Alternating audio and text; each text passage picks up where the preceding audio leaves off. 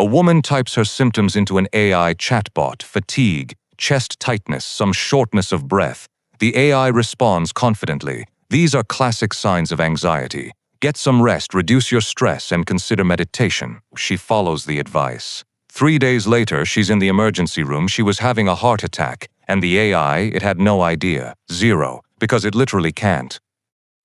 Now look, that's not a made-up story. And here's the part that's gonna make you actually put your phone down for a second. A major medical audit, published in April 2026 in one of the most respected medical journals on the planet, found that AI chatbots give problematic, misleading, or flat-out wrong health advice nearly half the time, like a literal coin flip. Heads, you get okay advice. Tails, you might end up in an ER. But here's the thing that most people, honestly, even most doctors, don't fully get yet.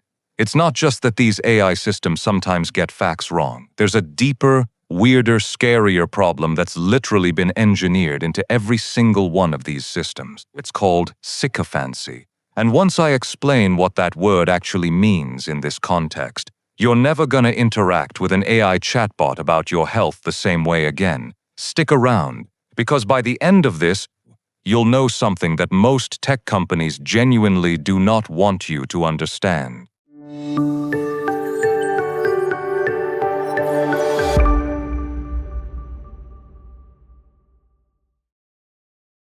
Okay, so, I promise we're gonna get into all of this, but first, let me just set the scene for you. Right now, as we're talking, roughly 1 in 3 Americans have already used an AI chatbot for medical advice. 1 in 3. Hundreds of millions of people typing stuff like, "Hey, should I be worried about this rash?" Or, "What does this pain in my side mean?" into ChatGPT, Gemini, and Copilot, and those systems are responding with complete confidence, like they went to Johns Hopkins, graduated at the top of their class, and did a residency at Mayo Clinic.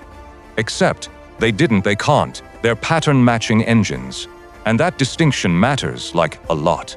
And look, I totally get why people do this. Doctors' appointments are expensive. Wait times are absolutely insane. And sometimes you just need a quick answer at 11 p.m. on a Tuesday when your kid has a weird rash, and you're not about to sit in an ER for 4 hours just to be told it's probably viral. Give them Benadryl. Feels like the perfect solution. Free, instant. Sounds incredibly smart, and honestly, sometimes it is. That's what makes this so complicated. The problem is, you have absolutely no reliable way to know which half you're getting. Before we go any further, genuinely, I want to hear from you. Drop a comment below right now. Have you ever used an AI chatbot to look up a health symptom? And if you did you actually do what it said?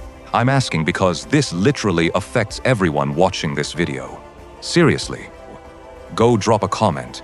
And then let's get into the actual science, because this is where things get really wild. To really understand why AI makes these medical mistakes, and why fixing them is harder than it sounds, we need to go back, way back, to a computer lab at MIT. The year is 1964. A German-American computer scientist named Joseph Weizenbaum starts building a program. He finishes it by 1966, and he calls it ELIZA. ELIZA is the world's first chatbot, and it was designed to do something specific.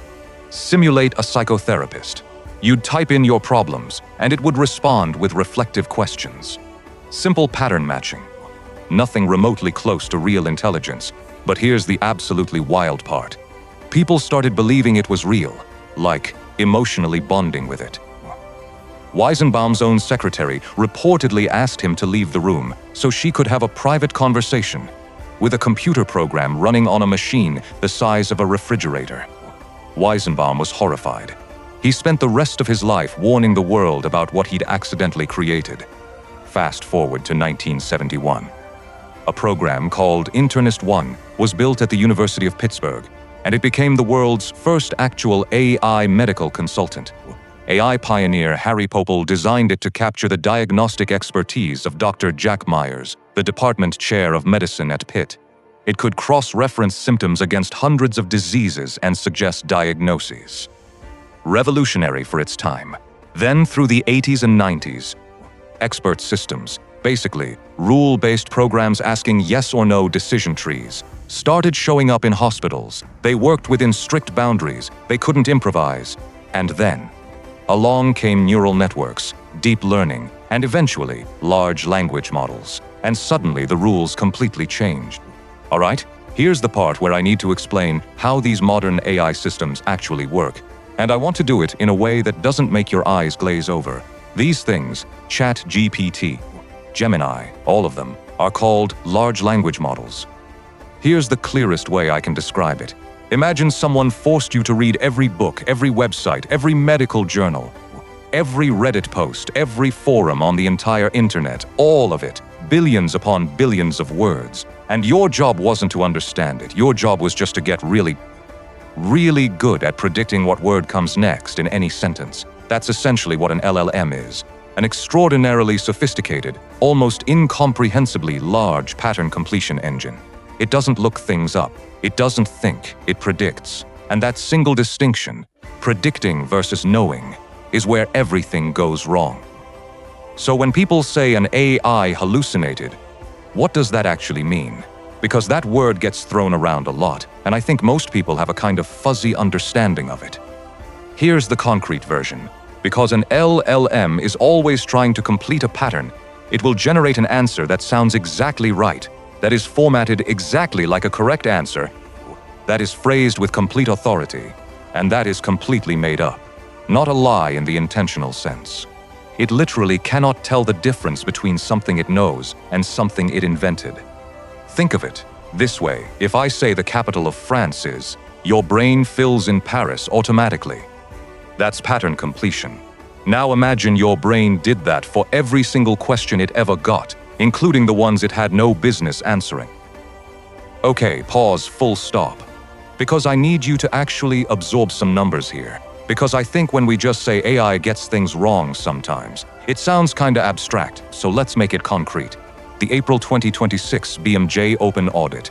5 of the biggest AI chatbots in the world. 250 real health questions. Result, 49. 6% of responses were classified as problematic, and they broke that down. 19.6% were labeled highly problematic, meaning actively inaccurate or misleading information. The kind of thing that could send you in the wrong direction medically.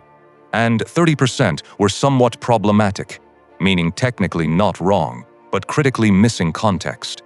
The kind of thing that tells you, yes, aspirin helps pain, but doesn't mention you're on blood thinners. All right, now we get to the part that honestly, when I first really understood it, made me genuinely uncomfortable in a way I wasn't expecting. It's called sycophancy. And no, that's not a medical condition, though honestly at this point, maybe it should be on the diagnostic list. Sycophancy in the world of AI means the system has learned to tell you what you want to hear, not what's medically accurate, not what's factually true, what you want to hear. So if you type into an AI chatbot, I've been feeling anxious, and I think maybe that's why I have chest tightness. A sycophantic AI is almost certainly going to lean into that framing. It's going to validate your hypothesis, even if your actual symptoms point somewhere far more serious. Because agreement in this system has been trained to equal correctness. Here's how this actually gets baked into these systems. And this part is genuinely fascinating once you understand the mechanics. It comes down to a training process called reinforcement learning from human feedback, RLHF. Here's how it works in plain English. The AI generates thousands of different responses to questions. Real human raters then evaluate those responses. Clicking thumbs up or thumbs down, the AI learns from those ratings. So far, so good, right? Here's where it gets weird. A January 2026 paper in ArXiv formally demonstrated this. Human raters tend to give higher scores to responses that agree with what they already believe. Like being agreed with, it feels right. It feels accurate. So the AI's reward model, the internal scoring system that guides future behavior, gradually internalizes this as agreement equals a high score, validation equals correct. And the more training rounds it goes through, the more deeply that pattern gets reinforced. Until sycophancy isn't a bug, it's structurally built in. And I genuinely think this might be the most insidious thing in this entire story. There's the fabricated citations problem. In April 2026, the Royal College of Surgeons published a study in the Annals of the Royal College of Surgeons of England. They looked at popular AI chatbots, answering common surgical health questions, and asked them to provide citations backing up their answers. What they found was jaw-dropping. In the worst-performing AI models, more than a third of the cited medical references, 34%, were completely fabricated, made up from scratch. The AI would cite a study with a plausible-sounding title from a real institution like the Mayo Clinic, with a credible-looking URL, and that study does not exist, has never existed. Nobody ever published it. The AI invented the entire evidentiary foundation for its answer, and because it looks so completely legitimate, most people never check. Okay, let me give you an analogy here, because I think this really crystallizes why this matters specifically in medicine, as opposed to like asking AI to write you a cover letter. Imagine you go to see a doctor, the doctor examines you, gives you a diagnosis, and then, to really back it up, hands you a stack of research papers supporting their conclusions. You go home, you try to look up the first study, doesn't exist. You try the second, also doesn't exist. None of them exist. Your doctor literally invented their evidence from thin air. In any other professional context, that doctor immediately loses their medical license. They face criminal charges, that's fraud. But when an AI does the exact same thing, it just does it again tomorrow to someone else. No consequences, no oversight, no one even gets a call. Meanwhile, in February 2026, a study published in Nature Medicine, one of the absolute most prestigious scientific journals in existence, came to an equally uncomfortable conclusion. This one was from Oxford University. They found that AI chatbots are no better than Google for medical diagnosis. Now before you go, well, that sounds fine. Google is already kind of notoriously bad as a medical diagnosis tool. The study found that when patients used AI chatbots to try to identify what was actually wrong with them, they got the correct condition less than 34.5% of the time. 1/3. Worse than a coin flip. And to be clear, this was Oxford University. Published in Nature Medicine, not a YouTube channel, not a Reddit thread. Now, real-world consequences, because this stuff isn't theoretical. A January 2026 ArXiv research paper specifically studied what happens during back-and-forth conversations between patients and AI. Multi-turn medical dialogue, not just a single question. And the findings are genuinely alarming. When users expressed skepticism about the AI's diagnosis, something as simple as typing, "Are you sure?" "I really think it's probably just stress," the AI would frequently backpedal. Even when it had been correct, it would abandon its accurate medical assessment to preserve the user's emotional comfort. In everyday life, being agreeable is a virtue. In medicine, abandoning a correct diagnosis because the patient pushes back is the difference between catching something early and not catching it at all. And look, I want to be genuinely fair here, because nuance matters more than a hot take. AI in medicine is not all bad, not even close to all bad. Premium, advanced AI reasoning models, the subscription level, specialized medical AI tools perform significantly better than the free public chatbots. Some AI systems have shown real, documented promise in detecting certain cancers from imaging scans faster and more accurately than human radiologists. AI has flagged dangerous drug interaction combinations that overworked doctors missed at 2 a.m. Used correctly, with proper clinical oversight, this technology could genuinely save lives. The problem is this. Most people aren't using premium tools with clinical oversight. They're using a free chatbot on their phone at midnight, asking it whether they need to go to the emergency room. All right, so here's what all of this actually means for you. 3 things. Keep them.